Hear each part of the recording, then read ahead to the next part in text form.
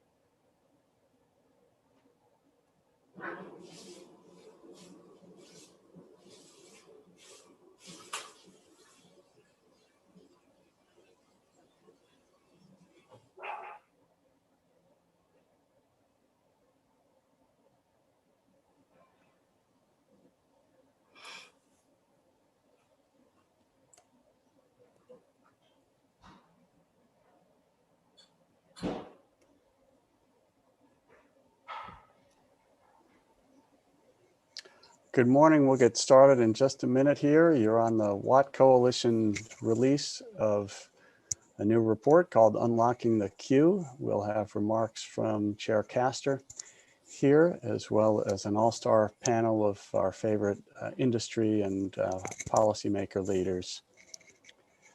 The Watt Coalition, I'll just say, as a few more people are joining, is a coalition of currently 6 advanced technology companies. You can find more about it at watt-transmission.org. We've been together for 3 years, and I think collectively the group found a need to elevate the prominence and public attention around these technologies that have become commercially available. Some of them actually came out of the ARPA-E program, but the deployment within the electric utility industry never went as fast, at least in the United States, as we thought it should. In other countries with different incentives, deployment has been going faster. So the coalition's working at FERC and with Congress and others to try to raise attention and change utility incentives and work on transmission planning to incorporate grid enhancing technologies. And we'll say more about the technologies when we get into the presentation, but for now, we have a few minutes. We're very fortunate to have Chair Castor with us. Kathy Castor is a Democrat from the Florida 14th District, the Tampa area. As far as I can tell, she's never lost by, or never won by less than 20 points in her election. So she's been around for 16 years or so, and looks like we'll be around for a long time. But she's on the very important House Energy and Commerce, Energy and Power Subcommittee, as well as the chair of the Select Committee on the Climate Crisis, which is where we interacted. Their excellent report, staff report on the climate crisis and all of the things that need to be done for climate includes many things, but one of the building blocks is increasing transmission capacity and efficiency, and that talks about grid enhancing technology. So she's a leader on this issue, and we really appreciate that attention. And for that, we welcome you, Chair Castor, and look forward to your remarks. Well, thank you very much, Rob. It's great to join Working for Advanced Transmission Technologies, the whole coalition, at the release of your report. Thank you for mentioning the work of the Select Committee on the Climate Crisis and our major report last year, our Climate Crisis Action Plan. And I want to give a shout out to Fatima Ahmad, who is one of our senior advisors and is on this webinar today. She's outstanding, and thank you for your input in helping us develop our policy recommendations. But this is a very important time to be discussing how we upgrade and expand the electric grid in America. It's never been more urgent. As we speak, there are many families in Texas who are recovering from an energy and humanitarian crisis. My heart goes out to those families. I'm heartened to see that the energy and water situation there is starting to stabilize, but we need to make sure that this never happens again. And I'm grateful that Watt has answers on unlocking the queue with grid enhancing technologies and renewables. A lot of what is happening in Texas can be attributed to a lack of preparedness. In short, the state failed to make vital investments in their grid. They failed to invest in the infrastructure that can withstand extreme weather. So everyone must learn from this lesson and do more to prepare for these costly climate impacts. Extreme weather events like what happened in Texas are becoming more common, whether it's winter storms or extreme heat or wildfires. These climate impacts are impacting everyone, and it's costing us a lot of money to respond. So that's why it's important for us to invest in the resilience of our energy system.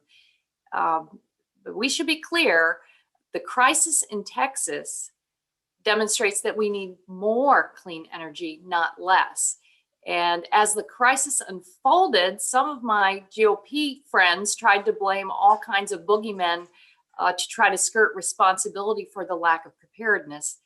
But we all know that clean energy did not cause the power failure in Texas. In fact, the early data shows that the blackouts were mainly caused by losing generation from natural gas and coal plants, and because of problems at those plants and with the fuel supplies. These plants had not been weatherized or upgraded in ways that could have helped the grid withstand this extreme event. And improvements were recommended years ago, but they did not follow through. So with time, we'll get to the bottom of those failures so we can ensure that this does not happen again. But what we know is we need more clean energy and more investments in resilience. And we cannot wait for another disaster to strike before we take action. That's why, along with President Biden, we have a plan to invest in stronger infrastructure and improve grid resilience. Bring in these modern tools to help strengthen our entire system. We already took an important first step. We elected a president who puts the public interests over the special interests. We now have an entire US government that is committed to climate solutions and is looking at major investments in clean energy and modernization of the grid. Look no further than President Biden's, who President Biden tapped to lead the Federal Energy Regulatory Commission, Richard Glick. We're so excited about Chairman Glick's leadership and the solutions that he and FERC will move forward. But they're going to need everyone's help. So this Watt report comes at a very good time. So how do we unlock the incredible potential of the grid? I think it boils down to making progress on two fronts. Looking at what's in front of us and updating existing infrastructure to make sure it's resilient to climate impacts, and looking to the future and quickly ramping up renewable clean energy sources and expanding the grid so that every American has access to these clean resources. Making good on these goals will create lasting benefits for so many Americans and businesses, including their health, their jobs, and their pocketbooks. And we know that bringing more renewable energy online is within our reach. There's been study after study recently that demonstrates this. And we're blessed in America to have abundant renewable resources, from wind on the Great Plains to solar energy in Florida. We have the means to power our grid, power our communities with cleaner energy. But hundreds of gigawatts of wind energy, solar power, and energy storage projects are stuck waiting to connect to the electric grid in interconnection queues. So our next step is to clear out these queues and get zero emission electricity to as many homes and businesses as we can. And that's why I'm excited about the release of the Unlocking the Queue report today. We need creative ways to connect our abundant renewable energy resources to the grid and help make clean energy a reality for families all across the country. Now, last Congress, in our Solving the Climate Crisis Action Plan, we consulted, in development of that plan, we consulted with hundreds of experts, businesses, unions, environmental groups, community groups. It has been called the most well thought out plan for addressing climate change that's ever been part of US politics. And thanks to those of you out there who provided input. But now the task is clear. We've got to enact those policy recommendations into law. And they need to be bipartisan, and they need to be durable, passed into law, and not done through executive action if we can help it. On interconnection queues, we heard two things. One, our current system places all the cost and burdens of network upgrades on developers, and that isn't working. And two, we also don't seem to be taking advantage of the important grid enhancing technologies that are already available today and could reduce cost and make the grid more efficient. And I can tell you, most members of Congress don't have electrical engineering degrees. I think if you remember a year or two ago when we were examining big tech and Facebook, it became clear that members of Congress don't have a lot of sophistication when it comes to technological issues. That's why we need you all to press policymakers, help educate us, inform us about what is out there, what is existing, and the fact that these grid enhancing technologies can provide short-term relief from grid congestion while we figure out the larger strategy to build new transmission lines. This shouldn't be an issue that gets bogged down in partisan politics. I hope not. We already have the technology today that can more closely monitor transmission lines to improve their performance, control electricity flow to ease congestion, and use software to reconfigure the electric grid to avoid areas of congestion. So we want to keep working on those solutions to bring down the cost, to adopt new technologies, and expand access to clean energy. Our Climate Crisis Action Plan did call on FERC to encourage deployment of advanced transmission technologies and to incentivize the kinds of technologies that we need to improve capacity and efficiency of the bulk electric transmission system. But we also want to make sure that these benefits are helping everyday Americans in tangible ways. That's what's most exciting about this new report. It shows an incredible economic benefit to enhancing our grid will do for families and businesses across this country. Just in Kansas and Oklahoma, the report identifies cost savings of $175 million per year and an investment that would be paid back within 6 months. And not to mention other benefits like the creation of local jobs, increased tax revenues, reduced greenhouse gas pollution, and doubling new renewable energy capacity within 5 years. It's such a win-win for American families and communities. And this is just in 2 states. Imagine what we could do if we deployed these technologies nationwide. That's the task ahead of us. So I'm really excited about the conversation we're having today.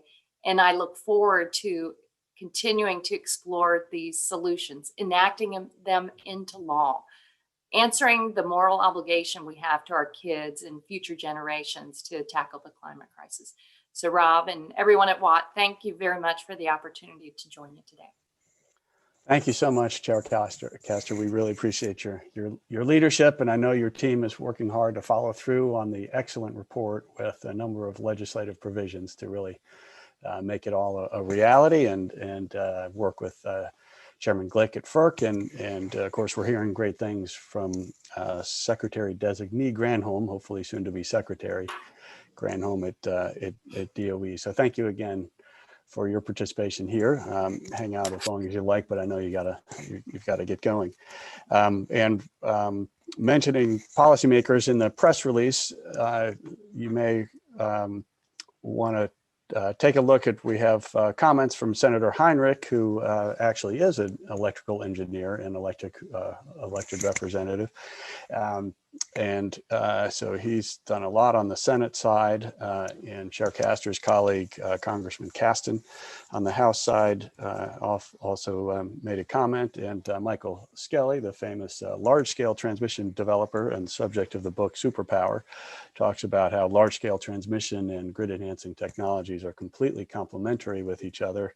And former FERC Chairman John Wellinghoff added a quote about what FERC can do. I should note, we're making this bipartisan, and as always, we'll have former Commissioner Nora Brownell here, appointed by George W. Bush to FERC, and somebody I worked with closely during those years. And so we're hopeful that these ideas catch on both sides of the aisle and at all the relevant agencies. So now, I think without any further ado, we should talk about the report, which we're very excited. I should have said I'm Rob Gramlich, in one of my roles as I serve as Executive Director of the Watt Coalition, and also I have a consulting firm, Grid Strategies, and we brought on Jay Casberry recently to Grid Strategies. He's going to talk through the report here. Jay has almost 40 years of electric industry engineering, transmission planning, and various other roles across the utility sector. And he spent a number of years at the Southwest Power Pool. So when Chair Castor talks about these high penetrations of wind, he saw that up close and personal, and still works with his former colleagues at SPP and other RTOs on how to reliably integrate large amounts of renewable energy. So with that, I think, Jay, we'll turn it to you to talk through the report. And then after that, we'll have Jenny Irwin and the panelists talk a little more about it. Sounds great. Can everybody hear me okay? Just fine, yep. Super. Thanks, Chair Castor, and thanks, Rob, for the introduction. I'm Jay Casberry. I'm with Grid Strategies, and it's an honor and a pleasure to share the highlights of this report with you today. This report, and actually the scope of this study, was one of the reasons I actually joined Grid Strategies back last fall. It's exciting to work with people that understand technology and how it can be used to improve the performance of the grid. What I'd like to do, and it's exciting for me to be live on YouTube. I don't think I've ever done that before. And I see there's 175 people here and probably more that are going to watch this later. It's too bad there's so much going on in our industry. I know that SPP has the Generation Interconnection User Forum going on right now. And I imagine there's probably 50 to 100 people at that meeting right now that would like to hear this. And I look forward to their input after they review the recording. So I do want to go into the report, but before I do, on the next slide, I'd like to thank the sponsors. And I guess before I do that, I need to acknowledge Bruce Tushita, who spent a lot of time and blood, sweat, and tears on this project, along with his staff, Stephanie Ross and Adam Bigelow at the Watt Coalition at Brattle. We spent a lot of time over the Thanksgiving and Christmas break working on these models and the analysis so that we could get this report out here in early 2021. But I got to thank the sponsors. These are some great companies, and if you don't know them, you need to look up their websites and see what they're doing. They're all doing great things in this space of improving the grid and getting more renewables onto the grid in a cost-effective manner. Grid Lab was the primary sponsor of this study, and we're really fortunate to have EDF Renewables North America that helped out, as well as NextEra Energy Resources and Duke Energy Renewables. I'm really excited that Radica from EDF Renewables is on our panel, and will share some of her own experiences in this space in terms of deploying the technologies. So I've got about 20 minutes, and I want to go through basically a handful, about 10 or 12 of the slides that are out there publicly available today. And I'm only going to be scratching the surface of this report. I'd encourage you to actually pull it up, look at it, give us comments, concerns, let's talk about it. If you got comments now, I'd encourage you to throw them into the chat or the Q&A, and we'll grab them and follow up with you later. On the next slide, I'll just go through a really quick agenda. And but I really want to talk about the issue at hand and the case for action. Why are we even doing this study? Why are we looking at Kansas and Oklahoma renewables that are basically stuck in the queue and have not made commitments to interconnect to the system? Talk about the overview and the approach of the study. We actually shared the study scope and approach with the Economic Studies Working Group at Southwest Power Pool back on February 4th. Bruce Tashida helped a lot with going through the details of the methodology and what we did to the modeling. And we look forward to actually now sharing the results and then furthering that dialogue and that conversation with you and others who are interested in it. So we'll actually share the results for the first time today. And I'm sure there's going to be much more follow-up in terms of that. So let's go forward and talk about the issue at hand and the case for action. We all know that there's a big push to get more and more clean energy on the grid. A lot of interest by private entities, whether that's utilities or corporations or institutions, to get to decarbonized energy sources. We see that all over the nation and even all over the world. And it's not just at the local level with cities are doing it or counties, but it's also at the state and federal levels. It's all over. It's amazing to me, the commitments that have been made to get to 80% lower carbon by 2030, or even some of the Biden goals, getting to 100% renewable by 2035. That's very aggressive. And we can do it. I mean, if we can put a man on the moon, we can do this, and we need to work together to make it happen. Also, the benefits of these projects, these renewable projects, are large scale. You know, transmission enables and defines markets, but it provides tremendous opportunities to move clean energy across the nation. And we've seen that in the SEAM study. We've seen that in all these other recent reports on the value of building out the grid. It actually is a prerequisite if we actually want a clean energy future that's cost effective. We have to be able to take advantage of these really high quality renewable resources across our nation and move them. And we can do that with the macro grid, and we can do that with a lot more interregional transmission. But this map here is a recent a diagram from the Smart Electric Power Alliance that shows where territories and utilities have made significant announcements to reduce the carbon in their footprint. Let's go forward. We all know about that. And there's also other roadblocks that we're experiencing in integrating renewables. The biggest one is getting transmission built. It takes so long to build large-scale transmission projects that I don't know if we can wait for that. And I think that's where grid enhancing technologies fits in here. Last year was a record year at Southwest Power Pool. You know, when I started there in 2001, there were 0 utility scale wind farms on the grid. Within several years, we started a regional market, I guess 10 years later, and then and looked at doing things differently in terms of our operations to effectively integrate more and more amounts of renewables. Back in 2006 and 7, we hired Brattle to do a wind integration study for Southwest Power Pool. And at that time, we were looking at 20, 30, and 40% penetrations on the system. We even had a problem solving the 40% scenarios in the models. And so that just shows you how far we've come. Last year, wind was the leading energy resource in the SPP market, more than coal. And it's projected to even increase. And the other thing, at least in Southwest Power Pool, and I think in other markets, is the significant inrush of new solar projects, as well as hybrid solar and battery projects, as well as wind and battery projects that are being proposed to take advantage and time shift that energy so that we can move it around. But transmission is the constraint. And if you look at the GIQs, you'll see 750,000 megawatts of renewables that are under study or stuck in the queues. There's a huge timing gap. These renewables could be developed in a matter of 12 to 18 months. much faster than transmission lines, which take 5 to 10 to 15 plus years. It really depends on the challenges with permitting and siting.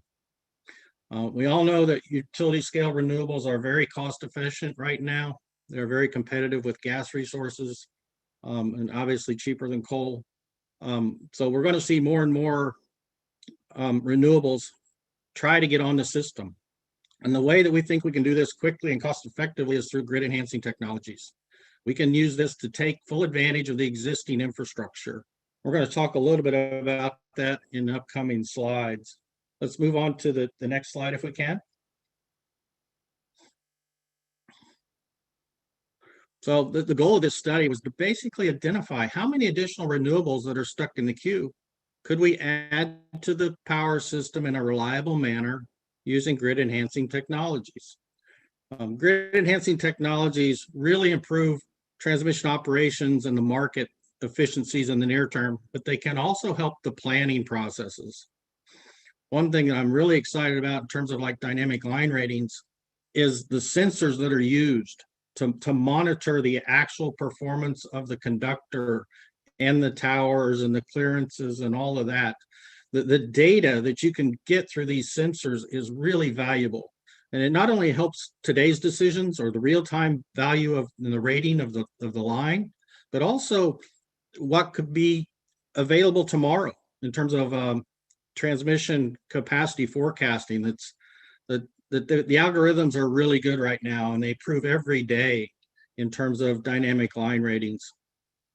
In addition, you can also get algorithms and data from the dynamic line rating sensors to understand the condition of the assets, to help with better maintenance and long-term capacity planning purposes, to get the right transmission expansion projects in your portfolio. So DLR is a hot topic. It's at the FERC right now with the NOPR on managing line ratings, and it'll be very interesting to see how that comes out. But dynamic line ratings are basically just using available information to know exactly how much capacity is available in that transmission line before you overheat it and before it sags too much. Other grid enhancing technologies include advanced power flow controllers. The industry has used FACT devices and phase shifting transformers and phase angle regulators over decades to help shift the power flows across interfaces and critical lines. It wasn't that long ago that SPP added a rather large phase shifting transformer out in western Oklahoma at Woodward to actually manage the congestion that was forecasted in that area due to wind farms being added to the system. But the second wind speed 345 kV line to Oklahoma City was being delayed a little bit. So they added a transformer that would actually shift the impedance of the power system and force the flows off of the underlying 138 kV system to get them back up onto the 345 kV system where there's much more capacity. Advanced power flow controllers are very similar. They change the effective impedance of the transmission system in a way that you can add impedance, which would become an increased barrier to flows and actually lower the flows on critical elements. Or you could actually lower the impedance of a transmission line that would actually pull power from other lines across underutilized facilities. The last type of grid enhancing technology that we look at in this study is topology optimization. And this is a software solution that's been developed through ARRA.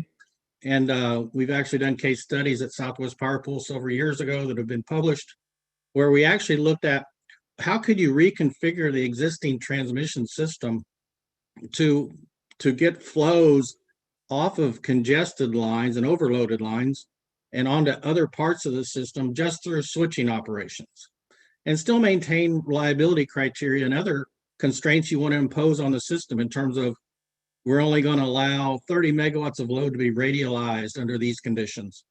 Topology optimization has been used by operators for years. They haven't done it in a systematic and automatic way to help inform decisions. They kind of do it as a one-off. But I think you're going to see more and more of interest in reconfiguring the existing system to allow us to take advantage of latent capacity on the rest of the grid without jeopardizing security or reliability in any way. Let's go forward to the next slide and talk a little bit about the overview of the study. So the goal of this study was to analyze how much additional renewables that are in the queue could we add using grid enhancing technologies. We decided to focus on a region or sub-region within Southwest Power Pool of Kansas and Oklahoma, and we decided to look at conditions under 2025 projections and models. The map on the right there is a little old. It's from the late 90s when SPP was just setting up its regional tariff.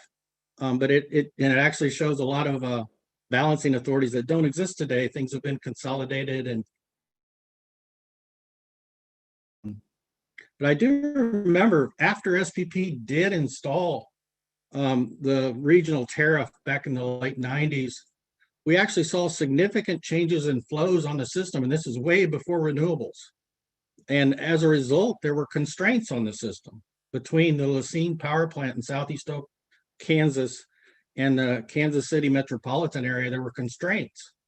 And actually, KCPL at the time, which was a co-owner of that plant and with Westar and others, they decided to install dynamic line ratings on that line because the flows were much higher as we operated a regional transmission tariff compared to what happened when we had individual balancing authorities doing their own scheduling for service to their own loads. So it's exciting to me that here we are about 20 years later, where we're talking about using new types of dynamic line ratings to actually facilitate more and more transactions that are needed. Within the existing SPP queue, and that the queue at SPP is probably 100 gigawatts of renewables yet to be studied, and there's about 9.4 gigawatts of renewable resources which actually have a signed interconnection agreement within the states of Kansas and Oklahoma. So this study is actually going to look at those resources which have gone through the study process and see how many of those could we effectively integrate into the system without violating reliability criteria. Fortunately, a lot of the constraints in these models and these simulations are thermal and voltage issues. We don't get into stability issues, which are much more complicated. But one of the reasons we looked at this was also because in the integrated transmission planning reports back in 2019, SPP staff identified significant congestion in southeast Kansas and southwest Missouri, as well as eastern and central Oklahoma. So that's one of the reasons that we decided to focus on this area. And we're going to look at some metrics too of these combined applications of these grid enhancing technologies, and the order that you deploy these technologies matters. So we're not sharing detailed results of each technology, but we're looking at the aggregate benefits of all these technologies. And it really is important in the order in which you study them, because if you do DLR first versus topology optimization first, obviously you're going to use DLR more than if you did use one of the other grid enhancing technologies. But we're going to look at the renewables that could be added in terms of capacity and energy, as well as the economic benefits to the region, there's a sub-region actually, in terms of production cost savings, investment, jobs, and things like that, as well as the carbon emission reductions. On the next slide, we're going to talk a little bit about the study approach. And this gets really complicated, and there's a lot more details in the report, but I'm just going to give you a high-level overview of this. What we actually did was to look at snapshots of actual SPP operations back in 2019 through 2020.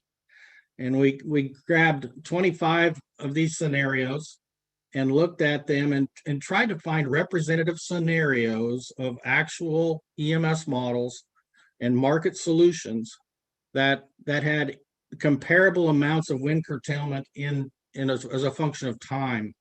So there's going to be a lot of cases where there's very little wind curtailment and a few cases that have a lot of wind curtailment. But what we were looking for is 24 representative snapshots on the system that we could update to reflect 2025 conditions. What we did is take these snapshots, these actual operating models from 19 and 20, and added all of the approved transmission upgrades, as well as generation projects and retirements, and load changes even that were anticipated and expected to happen over the course of the next 5 to 6 years to create 2025 models. When we created these scenarios too, and these snapshots, we wanted to have a balance. We wanted ideally to have 6 snapshots for each season. We'd have 6 in the spring and the fall and the winter and the summer. We couldn't do that, but we were close. We actually ended up with, I think, 4 in the winter and 8 in the fall, and but 6 in the summer and the spring. And we wanted it to be balanced out over time too. We didn't want all of these to be in the early morning hours where you typically see tremendous amounts of wind curtailments in SPP given the weather patterns. So we had a mix of, early morning cases or midday cases or late afternoon or late evening cases, so we could get a representative sample of what we could expect in 2025 to happen based on approved plans. For those new updated models, we created a baseline, which is basically how much of the existing 9.4 gigawatts of signed IAs could be integrated into the system under those snapshots and not violate voltage and thermal criteria. So we ran a lot of security constrained power flows to create those base models. And then above and beyond that, we started deploying sequentially each of the grid enhancing technologies. First, we deployed dynamic line ratings. Second, we looked at topology optimization on top of that, and then advanced power flow controllers on top of that. And we actually reiterated back to find if there were any more headroom and additional resources we could get onto the system without violating reliability standards as one last pass for each of those 24 power flow cases. So we ran lots and lots and lots of security constrained optimal power flows. And then at the end of the day, we wanted to assess the benefits and the cost of deploying the technologies, as well as the local impact to jobs and other benefits in terms of environmental and taxes and things like that. So that's our study approach. Let's go on to the next slide. Thank you.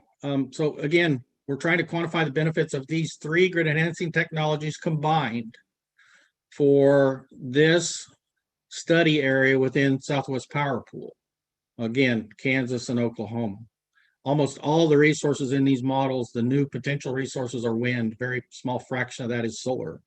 But for each of these scenarios, we did a lot of analysis, and again, a lot of security constrained optimal power flows were done at Brattle to determine how many of these renewable projects were viable. And a big part of that is not just finding where the transmission congestion was that grid enhancing technologies could solve, but we had to also deal with a lot of minimum generation constraints for the other resources in the models. And we were pretty conservative in terms of redispatch too. We didn't touch the nuclear units, and we didn't touch imports and exports within SPP. So all of that was fixed. And we were looking at what could we do with the other resources that were dispatched in each of those 24 scenarios. And then how many renewables could we bring onto the system. And one other key thing about this study is this 5% curtailment threshold for viability assessment. So if there were wind farms or solar projects that would see significant curtailments as a result of being injected into the system, we actually eliminated them from the mix. So this analysis actually looked at marginal improvements to wind injections and solar project injections up to a 5% curtailment threshold. So if a project had more than 5% congestion on it and curtailment, it wasn't considered viable. So that eliminates a lot of the projects. And the reason for that is we need major transmission investments and upgrades to deal with projects that have that significant amount of overloads on the system. With that, I'd like to go forward to the next slide and start to get into some of the results. I think this is the exciting part, and I hope you have questions and start throwing things into the Q&A in the chat. So as I mentioned before, if you look at the top right, you can see how many potential renewable projects are in the queue that have signed IAs. And as you can see, there's 3.4 gigawatts of wind and 120 megawatts of solar in Kansas for about 3.5 gigawatts of potential projects. And we have a little bit more than that in Oklahoma. We got almost 5.8 gigawatts of wind projects with signed IAs in Oklahoma, and about a comparable amount of solar for a nice round 5.9 gigawatts of potential projects in Oklahoma that were added to these models. As you can see, the total got up to 9.4 gigawatts of potential renewables across both states. The majority of that are wind projects with signed IAs. So we developed the base cases I mentioned, and then we started looking at the potential benefits of the grid enhancing technologies. As you can see in the base case of that 9.4 gigawatts of potential projects, we could effectively integrate 2.58 gigawatts of projects. The majority of those were new wind projects in Kansas and some wind and a little bit of solar in Oklahoma. You see 1.7 gigawatts of new wind in Kansas and about 0.9 gigawatts of wind and solar projects in Oklahoma. Now that's in the base case with 2025 conditions forecasted in terms of load and resources and new transmission projects. And it's not just transmission projects that SPP customers are paying for. It's actually all projects. A good example of that is the Jaybird or Jayhawk Wind sponsored upgrade project in Kansas. Here's a wind farm that's got a constraint and is offered to pay for a project that's been approved and is actually in the plans for SPP, but it's not being paid for by SPP customers. It's being paid for by that wind developer to help their outlet. So projects like that are there, along with a billion or two other projects that have been approved under the SPP regional planning, as well as generation interconnection and transmission service processes. And one thing you notice is the middle case, that with the grid enhancing technologies in aggregate here, we see that we can integrate basically twice as much of the renewables that are in the queue today in SPP using dynamic line ratings, topology control, as well as topology optimization. And you can see that the grid enhancing technologies don't have a significant effect on the additional amount of renewables in Kansas. They're only increasing by about 200 megawatts. But if you look in Oklahoma, these technologies have tremendous amount of benefits where we can add 2.4 gigawatts of additional wind in Oklahoma and 40 megawatts of additional solar to add about 2.5 gigawatts of additional renewables in Oklahoma with the technology. And if you add up the Kansas impacts, you're getting up to 2.7 gigawatts of additional resources that can be added to the models and keep the system reliable and still within criteria by using dynamic line ratings, topology control, and advanced power flow controllers. So that's the high level results, 2x. That's a big number. But what does that mean? And let's talk about that more in the next slide. As we mentioned, the grid enhancing technologies allow us to integrate twice as many new renewables onto the system. So we're getting 2.67 gigawatts of new renewables added to the system, which add up to about 8.8 terawatt hours of new renewable energy over the course of a year.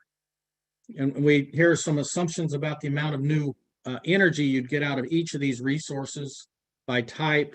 The 2.6 gigawatts of new wind would produce 8.7 terawatt hours of energy over the course of a year. And the wind, you see similar amounts or calculations for the amount of solar energy that we could enable as a result of new grid enhancing technologies. So the grid enhancing technologies not only help new resources get on the system, they actually help reduce the curtailments of existing wind on SPP too. It's an integrated system, so it shouldn't be a surprise to anybody that the existing wind farms also benefit from these technologies, which are being used primarily to enable new wind and solar resources to get on the SPP system in Oklahoma and Kansas. We've estimated that the cost of installing these resources is about $90 million one time, with annual O&M costs about 10% or $10 million per year. And we're estimating right now that in Kansas and Oklahoma for this 2025 study, we're projecting $175 million of annual production cost savings associated with the new renewable energy that would be on the system. And we costed that at $20 a megawatt hour, which is kind of conservative. It's actually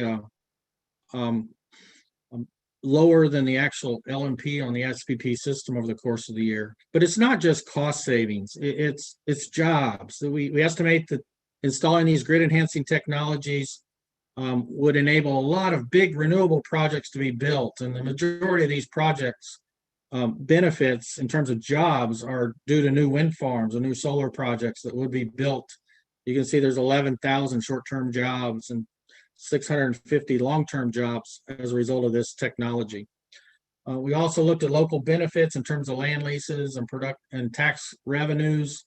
You know, $15 million of land leases to local owners of land that would be used for siting primarily new wind farms in Kansas and Oklahoma, as well as tax revenues to local counties to help out with schools and whatever. You know, we've all seen the stories of how renewable projects have greatly enhanced the viability of some of these communities in Western Kansas and Oklahoma that it's revitalized the economy and helped a lot. And also reduce carbon emissions. If we could get more renewables on our system, we project that we'd have a reduction of about 3 million tons of CO2 just in the SPP region for this case study in 2025. Let's go on to the third slide of the results. And this is, a lot of this is repetitive. Again, grid enhancing technologies allow us to integrate twice as many new renewables compared to what we could without them. The estimated savings are $175 million. Again, $90 million of cost, half a year payback, so it's significant. The jobs we've talked about before, as well as the carbon emission reductions, as well as the local benefits in terms of tax revenues and land leases. So let's go forward to slide 4, and I'm going to wrap this up in a couple more slides. So here are the results on the left for Kansas and Oklahoma. What if we extrapolated this across the United States? And what we've done is a rather simplistic calculation, but it's probably representative of what the national impact would be of grid enhancing technologies on an annual basis. If we looked at EIA data and looked at how Kansas and Oklahoma generation compared to the rest of the generation across the across the U.S. If you take the production cost savings in Kansas and Oklahoma and extrapolate it, it would be about $5.3 billion of production cost savings if we deployed grid enhancing technologies across the U.S. And you extrapolate the 3 million tons of CO2 in Oklahoma and Kansas, it's 90 million tons of reduced carbon emissions, which would basically offset all new cars sold in the U.S. for an entire year. It's a significant amount. In terms of local benefits, taxes, and land leases, we'd get $1.5 billion. In terms of jobs, if you extrapolate it, we'd get 330,000 short-term jobs for the first year and 20,000 long-term jobs to maintain the equipment and make sure that the data and the algorithms are working and actually utilizing the grid the way we should. Let's move on to the last slide in terms of the summary of the study results. Then I'm going to hand this over to the panel. So one of the detailed questions people are going to have, and the details are in the report, is how many of these technologies are you deploying and at what voltages and where are they at? Are they in substations or on lines? So with respect to dynamic line ratings, we identified 56 lines within Kansas and Oklahoma that would be good candidates for DLR. As you can see, it's spread across the voltage classes in SPP. The majority of them are at 138 kV and then 161 and then 345 kV lines. In addition, We looked at advanced power flow controllers, and we identified 8 optimal locations for those. Keep in mind that we looked at advanced power flow controllers as the 3rd option in this optimization effort. Had we looked at advanced power flow controllers as the 1st option, we'd obviously have a lot more of those. But we've identified 8 applications of advanced power flow controllers to adjust the impedance of lines to push and pull more power across existing assets. In terms of topology optimizations and reconfigurations, we identified 204 unique topology optimization reconfigurations over these 24 models that were extrapolated. You can see the majority of the switching operations, again, are at the 138 kV level, with the next tier at the 161, followed by the 69 kV. So we were looking at optimization solutions all the way down to 69 kV, and that's important to know that when we did the SCOPF, the security constrained power flow, we wanted to make sure we maintained reliability standards on the 69 kV and up within SPP, as well as the 100 kV and up in adjacent systems. So that's a summary of the results and the technologies that were deployed in this case study. I think the last slide I have is simply an outline of the table of contents and the report. It's about a 60-page report that I'd encourage you to go in and look at, ask questions. Please give us feedback. I really look forward to talking to you, and I'm excited about the panel. Jenny's got a great group of folks to talk about. So what does this mean? But there's my contact information, and with that, I'll turn it over to Jenny. Thanks, everybody. Thanks, Jay. And thank you to Chair Castor and Rob for setting the scene. My name is Jenny Irwin, and I'm the chair of the WATT Coalition. On that coalition, I represent SmartWires, which is a global power technology company. And we have a fantastic panel of speakers today who are ready to share their insights and perspectives on grid enhancing technologies. After their opening comments, we'll have a Q&A discussion, so be sure to submit your questions in the chat feature. So I'd like to introduce the panelists. First, we'll hear from Radica Donaldson. Radica is the Senior Director of Transmission Strategy at EDF Renewables North America. In this role, Radica leads the group responsible for forecasting and mitigating transmission congestion and curtailment risk for EDF Renewables assets. And Radica has been with the EDF group for the past 13 years. Then we'll hear from Nora Brownell. Nora is the co-founder of SB Energy Solutions. And as Rob mentioned earlier, Nora previously served on FERC for a 5-year term after being nominated by President George W. Bush. Before her time at FERC, Nora served on the Pennsylvania Public Utilities Commission. And Nora has also served as NARUC president and on the boards of several large utilities across the US. Then we'll hear from Dr. Al Tamimi. Dr. Tamimi is Sunflower Electric's Vice President of Transmission Planning, Policy, and Compliance, and has been at Sunflower Electric since 2001. He currently serves on the NRECA Transmission and Substation Assets Group and several SPP working groups. In 2014, he was elevated to the grade of senior member within IEEE. And finally, Rudy Winter. Rudy is President and COO of Wholesale Networks and US Capital Delivery at National Grid. And in this role, Rudy is leading the transformation of the company's transmission network into an intelligent, resilient system that will meet their customers' long-term needs and help enable the clean energy future. And in April, Rudy will become the president of National Grid's New York business. So without further ado, Radica, the floor is yours. Thank you, Jenny, and hi, everyone. It's really a pleasure and an honor to be on this panel.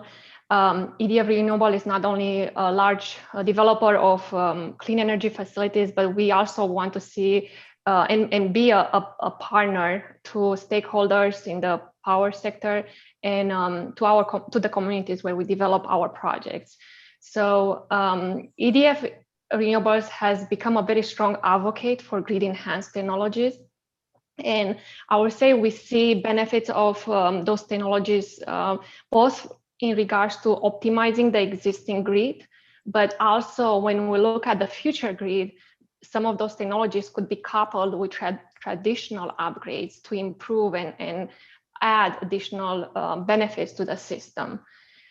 And why we are also seeing those technologies as potentially temporary solutions to address congestion pending more permanent upgrades. Jay mentioned a transmission build, a transmission line can take many years to get built.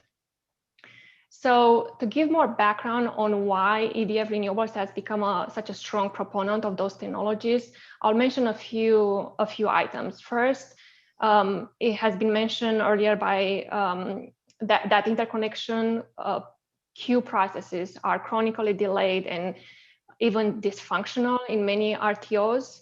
So I won't talk a lot on this, but that's a key reason why we are supporting of anything that can unlock renewables, and grid enhanced technologies are definitely part of the solution.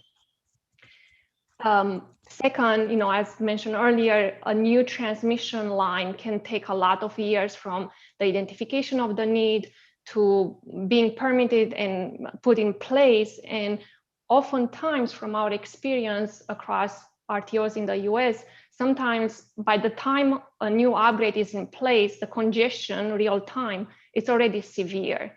So again, those grid enhanced technologies can become either a bridge solution to address congestion until a permanent fix is there, or can be coupled for more effective solutions and longer term solutions.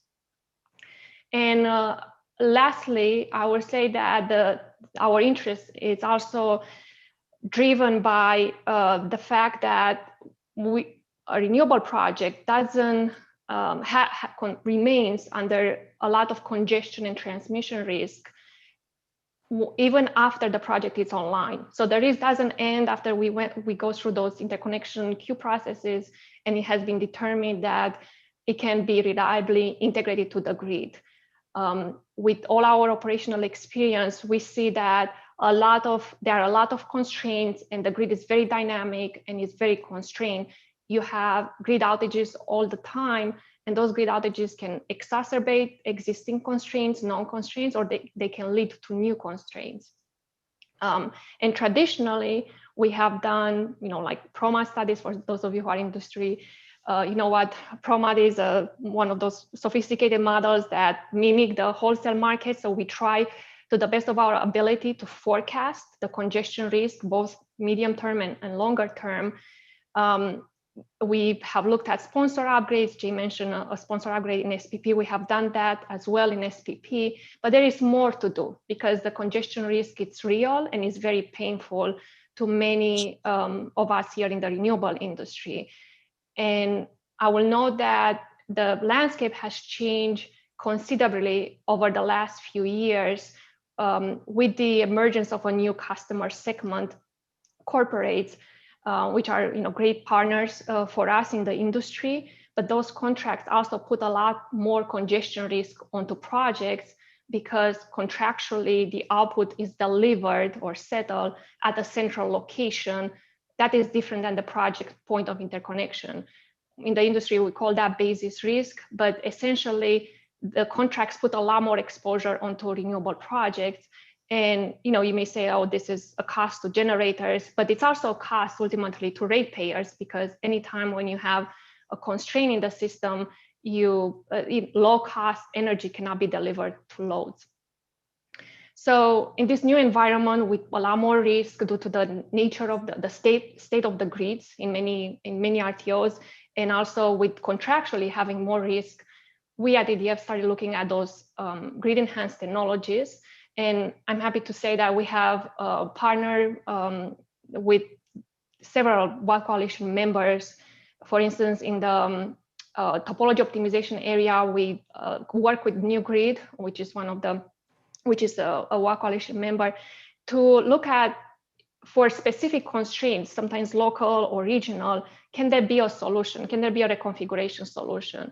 And it's been stunning to see that for virtually all the constraints we'll look at, there could be a reconfiguration solution. And those are very low cost. I mean, basically almost no cost, and can be implemented very fast.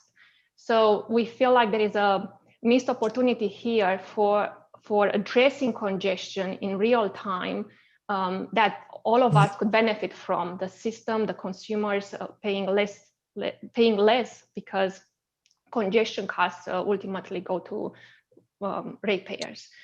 And we also partner with smart wires.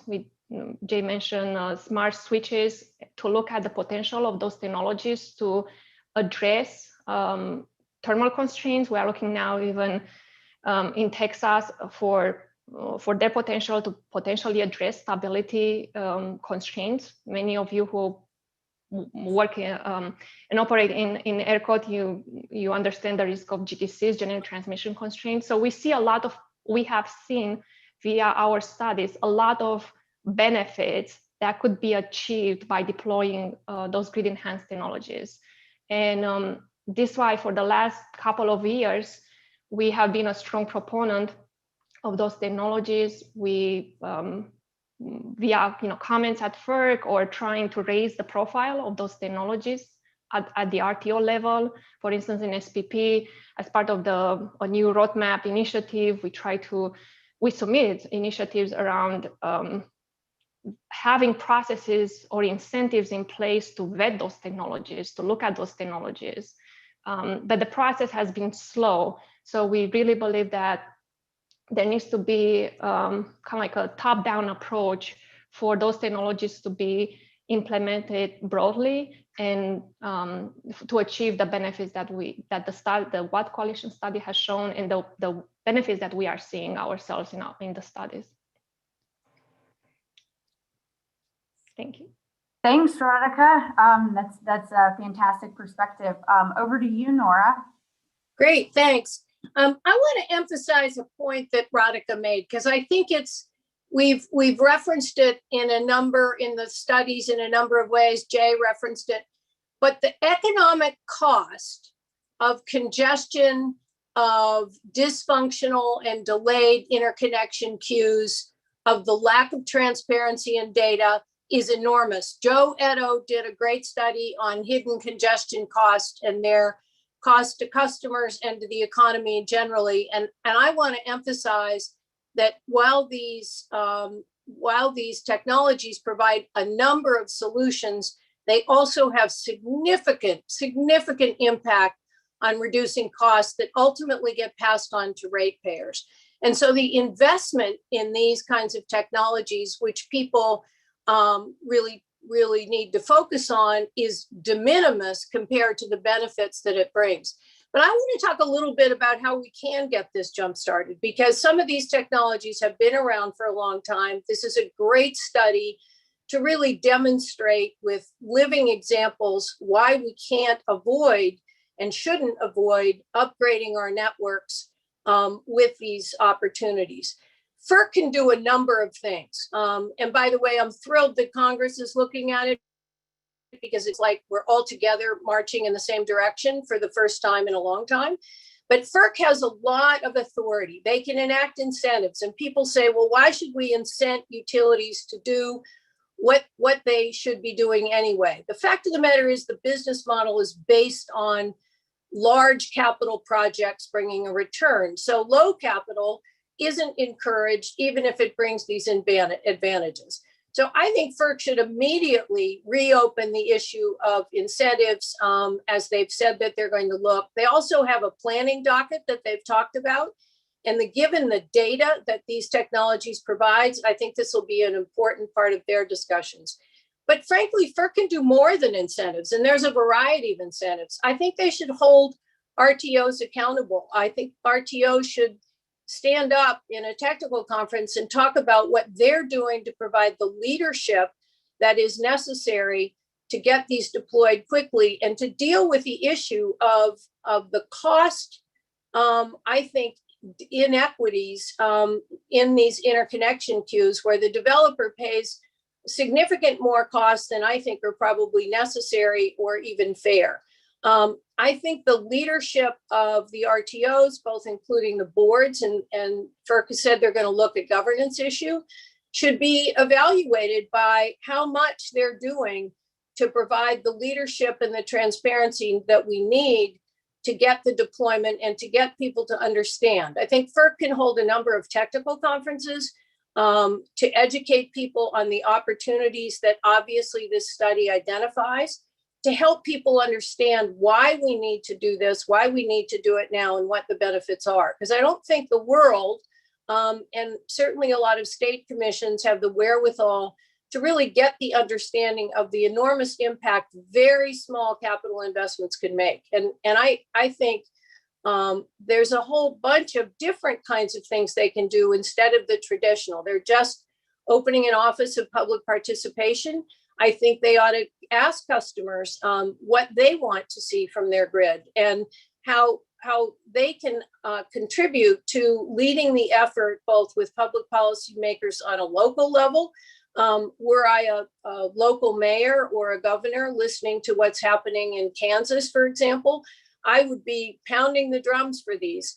But I think FERC is in a unique position, particularly because they clearly have the support of Congress and a lot of stakeholders who are committed to a carbon-free economy and more renewables, but also who want affordability, which is first and foremost on everybody's mind.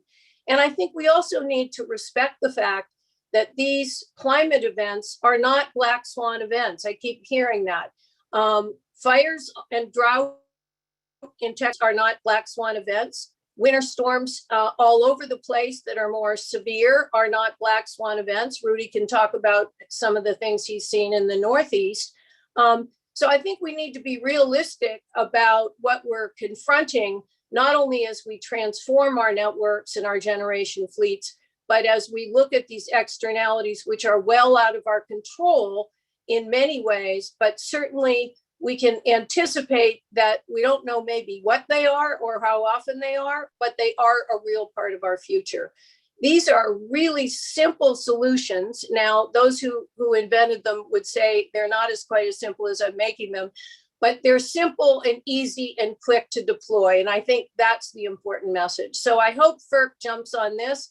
I hope we all do, because I think the Chair Castor really invited us to comment to our members, and I think we should all be active in that. So thanks for this study, which really unearths just some nuggets that even I, who love these kinds of technologies, didn't know about. And I've seen them deployed. I've seen them deployed in California during fire season, and they were enormously beneficial. So I'm excited and can't say enough about how important it is to do everything we can to encourage their deployment. Thanks so much, Nora. We've been talking so much about the grid. It's really important to bring in some perspectives of grid asset owners. So Al, the floor is yours. I'm right here. Thank you. So I did develop a quick PowerPoint to walk you through what I'm going to talk about, just to organize myself, because I get so excited about these things and I don't want to go through 20, 30 minutes. I only got 5 minutes here. So with that said, if you go to the next slide, my topic is basically talk about an implementation that we did on DLRs in Kansas. And we picked one of our 345 kV lines in Western Kansas. That line, if you see those red wind farms, is basically, these are wind farms trying to get on the grid, about 1.2 gigawatt that will benefit from that line. That line is actually substation terminal limited. It's not even a conductor limited. However, we are working right now on improving the substation relays and CTs to bring it up to the conductor limits. So when we applied the DLR on this line, we observe interesting results that I'm going to share with you guys. On the right side, on the bottom side here, you could see we looked at all our transmission lines in Western Kansas. And very interesting, our lines either go north to south or east to west. In general, you could see most of our lines are in those directions. So the data that we got today basically most of what we see in the summertime, we see a south wind coming up, which basically runs perpendicular to this line. And we see north wind in the winter. Okay, so if you really think about the geography there, the data we're showing you here is only could get better if we have the lining from east to west versus north to south. So we'll go to the next slide. So the DLR average percent above static rating. And when we talk about static rating, this is terminal limit static rating that we have on the line. It's about 800 MVA today. And when we applied the data, looking at the ambient temperature, the wind speed, and honestly, the angle where the wind speed hit the wire makes a big difference. We've seen the lowest increase we've seen on the rating is about 24% above the current ratings. And the highest I think we saw is 50%. And most of that happened in the hours of, midday hours of the month. The x-axis, you could see the July 2020 through February 2021. And we didn't even have on average any hour that the dynamic line rating showed less rating than the terminal equipment limitation. Go to the next slide. Since we are upgrading the line and should be in service here in the next month or so, we looked at the same data and we say, if we move the line rating up to 3000 amps, which will be the static rating that we will use normally, and if we projected those DLR data into that line, you could see the difference here, the percent of time that the DLR is actually giving us a higher rating. Also, what the DLR showed us is there are some few hours in that time span where we see the static rating is too high. There is like 3% of the time where, based on wind speed and ambient temperature, the rating is too high and should be a little bit lower. So this is great thing to look at, because you could increase the rating most of the time. However, if you implement the DLR, you could have visibility over when am I above the static that I assume, when am I below it. Next slide. So this is just a typical day in August of 2020, what we observe. It's amazing that when the temperature gets high in August, we see more wind in the peak hours. That is totally different than what we see in the winter and the spring, but during the summer, very interesting what the DLR showed us here. And that's the time when we have wind generation. We're mostly wind renewable entity. So that wind will cool off the wire and we get more capacity. Next slide. So advantages of using DLR, I put them down here. Congestion management, as I showed you, there's about 1.2 gigawatt of wind trying to connect to the same hub in that area. If I continue maintaining my rating as static rating, there will be congestion. There will be times where I have to build more new lines. As a cooperative load serving entity, we like to save money, and these technologies can save us money. Maintenance outages also is getting complicated. With DLR, we could use that to our advantage. We could potentially reduce future capital transmission, as I mentioned. DLR can be very beneficial overload absorb when adding uncertain loads. Sometimes you have oil and gas load that come in that are uncertain. You want to connect them, you find an overload. If I could use DLR to help me connect these loads until I see the exact megawatt, then I could go build transmission. That could be a time saving. And also DER penetration can change flow on the lines, and using DLR can help us manage that. Next slide. Disadvantages, or I say challenges, how can we incorporate DLR in the transmission planning process? Then how we handle terminal equipment limitation. 36% of my system is terminal equipment limitation. There's also SIP compliance issues, and also the cost allocation challenge. Who pays for those technologies and who benefits from them? So that's all what I have for today. Appreciate it. Thank you. Thank you, Al. And just a reminder for all the participants, please feel free to continue throwing questions into the chat. We should have some time after Rudy's presentation to get to those. Rudy. Good morning. Thank you, Jenny, and thank you, Rob, for the invitation, and thanks for all the great work you're doing with the Watt Coalition. I think by way of introduction, I really want to focus some of my comments on what it means to be a transmission owner. Essentially, what are we experiencing? Why do we see GETS as important? And then probably more important, what are we doing and what do I think we need to do going forward?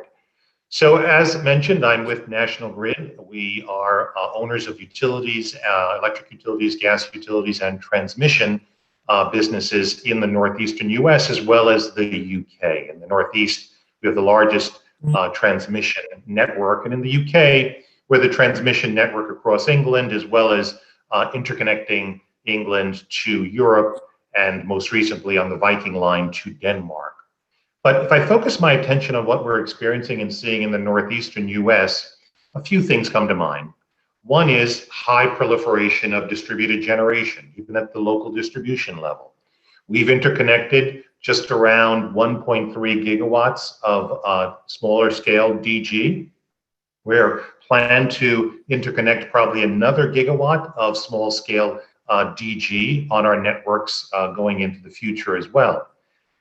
Second, there is a big need to debottleneck some existing renewables that we have, particularly in upstate New York and other parts of the Northeast. Third is the outlook for offshore wind. I think we all know that the US offshore wind market is growing. By the mid-2030s, the US is poised to become probably the fourth largest offshore wind market in the world. In the Northeast, where I operate, we're likely to see upwards of around 15 gigawatts of offshore wind by the mid-2030s. And then the last point I'll make around what we're experiencing is clearly the need to invest in transmission for integrating, like we talked about, the renewables, but also transmission's role in just helping states meet their decarbonization goals, especially as we electrify transport and electrify heat as well. So why do we see GETS as important? Number one, the grid is changing. And as a good asset manager of a grid, we need more tools. And we see these grid enhancing technologies as another set of tools that we can use. And you use the right tool for the right situation. As I mentioned, we also have distribution businesses. So we're interacting with those end use consumers. When you do that, we have to show that we are good stewards and good asset owners. One really good way of doing that is to show that we're doing everything we can to sweat the existing assets, right? How do we optimize the existing assets as much as we can before we have to build new assets? So absolutely, grid enhancing technologies can be economic and drive affordability by reducing congestion, but we also see it as a tool to just be more efficient and in how we deploy our capital. So we just see it as something we're going to use, and we started using and continue using to help drive affordability to our end use customers. And finally, the other benefit we see and people spoke about before is speed. It is something that can help us integrate renewables at a faster pace. So what are we doing? As I mentioned, we see this as just one tool. So obviously we're looking, and we have deployed some dynamic line rating devices on our distribution network, on our transmission network.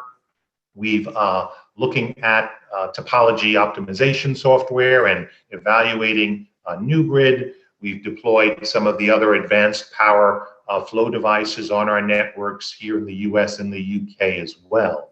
But we just see them as part of a broader initiative around making our transmission network that much smarter. So our big focus is on deploying technology to help us get data and intelligence so we make better decisions.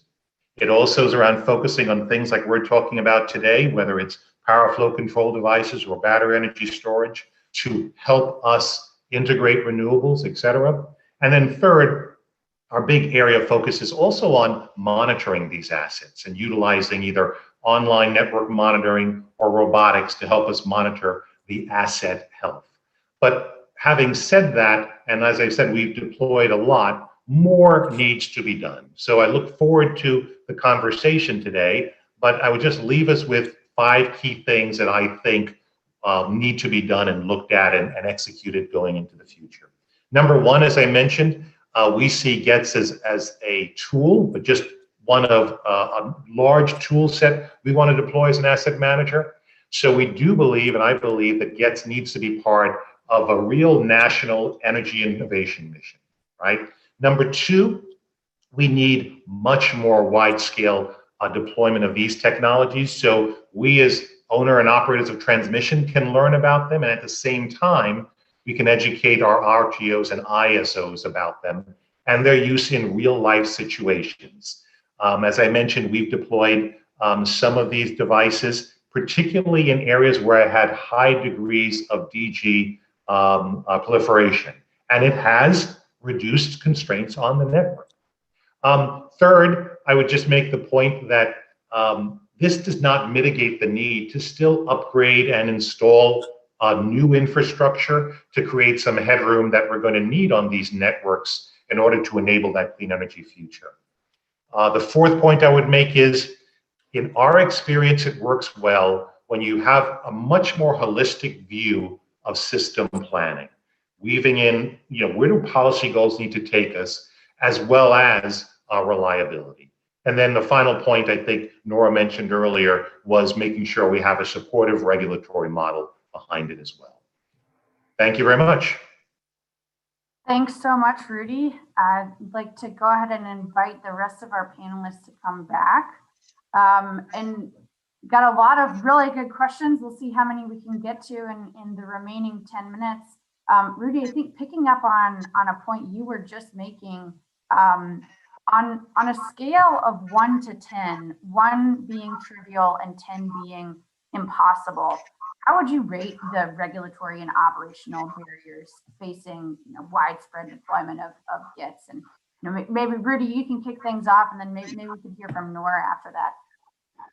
Yeah, so I mean, I'll start off by saying, when we have the benefit of having a business in the US and a business in the UK, and we've seen our business in the UK probably much more active around this, and it's largely because of a very supportive regulatory environment that encourages use of innovation and deployment of new technologies.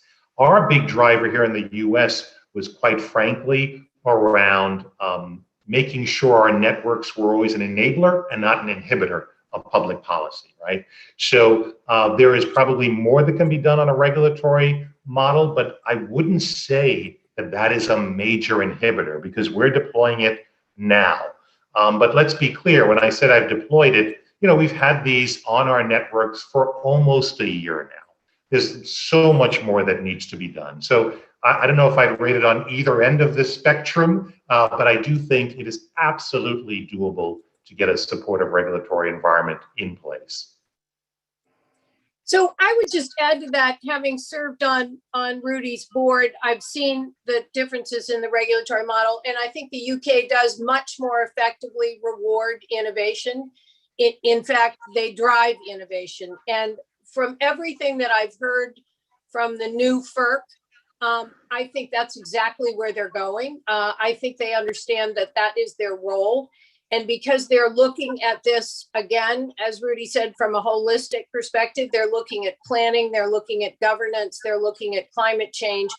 I think they'll quickly realize, if they haven't already, that GETS actually answers a lot of the questions they're trying to get to. Particularly, I think, with regard to planning, you can't underestimate the importance of the data, and I've said that before. And being able to verify data by independent sources, which some of these sensors and technologies can do. So I'm confident that our regulators have the tools if they want to use them. And I'm quite sure that both Congress and FERC are on the right path to get us where we need to go. I think the challenge is having stakeholders, to include state commissions, really understand fully the benefits that these technologies can bring.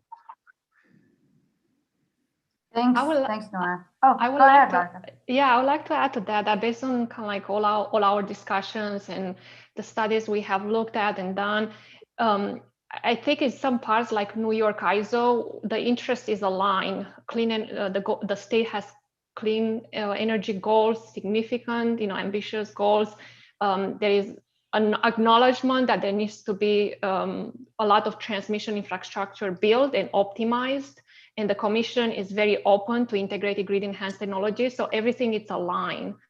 I think in other RTOs, there is this maybe culture shift that needs to happen between, like, you look at transmission constraints that have been identified in the planning process as economic needs versus looking at any constraint and maximizing, like trying to reduce congestion. Not, for instance, topology optimization is something that doesn't cost almost anything, so those could be implemented from a day to another, basically.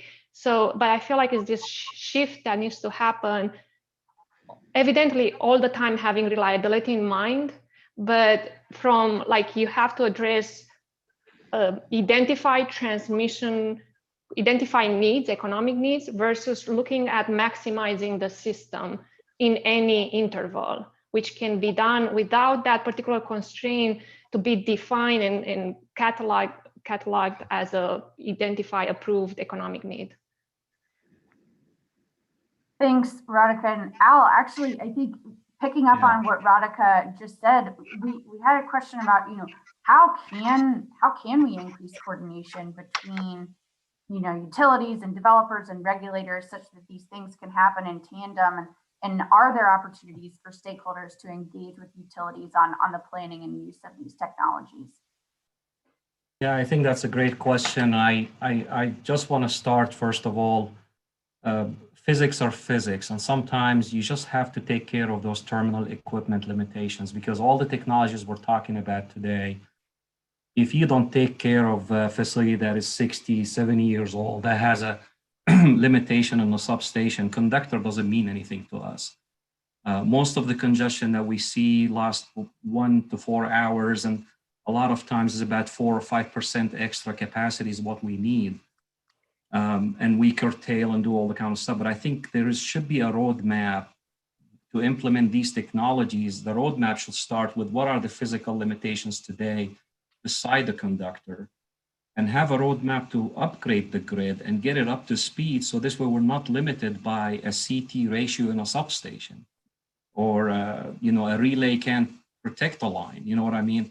If you do the data and you investigate how often RTOs and the utility can work together to identify what are those limiting elements and how much hours are they binding and how much interruption to the existing market and the future projections of renewables to be connected. It has to start from the bottom and try to start drawing a roadmap to solve these nagging problems that happen year after year after year, and nobody is doing it.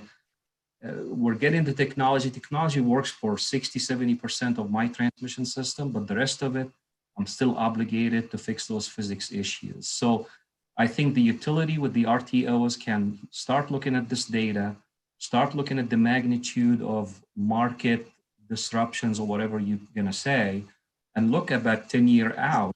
How are we going to get that done to incorporate all of these together to work toward a better future on renewable integration? And at the end of the day, customer bills, we'll pay a lot less money if we enable the renewables to reach the load.